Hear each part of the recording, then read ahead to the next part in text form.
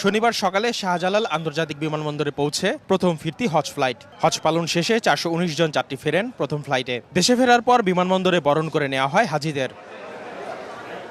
সফলভাবে হজ পালন করতে পেরে মহান আল্লাহর কাছে শুকরিয়া আদায় করেন হাজিরা। সন্তোষ প্রকাশ করেন সার্বিক ব্যবস্থাপনা নিয়ে। কোনো ধরনের ঝামেলা হয়নি, আলহামদুলিল্লাহ খুবই ভালো ছিল। সার্বিক ব্যবস্থাপনা মোটামুটি সন্তোষজনক ছিল, সুষ্ঠুভাবে মোটামুটি সব কাজ সম্পন্ন হয়েছে আলহামদুলিল্লাহ। ব্যবস্থাপনা আলহামদুলিল্লাহ বেশ ভালো ছিল, আমরা সন্তুষ্ট। হাজিরা জানান, অন্যান্য বছরের তুলনায় এবার নিবিড় তত্ত্বাবধানে রাখা হয়েছিল তাদের, এজন্য সরকারের প্রতি কৃতজ্ঞতা প্রকাশ করেন তারা। এবার ব্যবস্থাপনা ভালো, আমাদের মহিলারা একদম আলাদা সেপারেট জায়গায় দিয়েছে। 17 সনের তুলনায় এবছর আরও আমি উন্নত ব্যবস্থা পেয়েছি এবং আরাম মতো আমরা হজ করতে পেরেছি।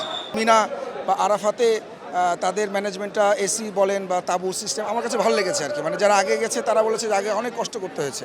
ধর্মমন্ত্রী জানান, সুশৃঙ্খলভাবে হজ সম্পন্ন করতে পেরেছেন হাজিরা। এ বিষয়ে বিশেষ তদারকি ছিল প্রধানমন্ত্রীর।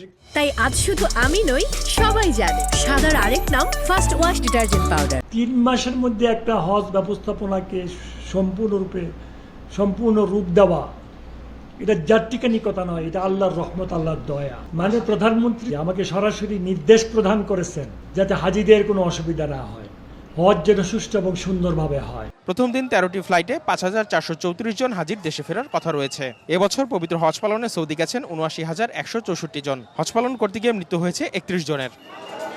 আসিফ মোহাম্মদ সিয়াম, সময় সংবাদ, ঢাকা।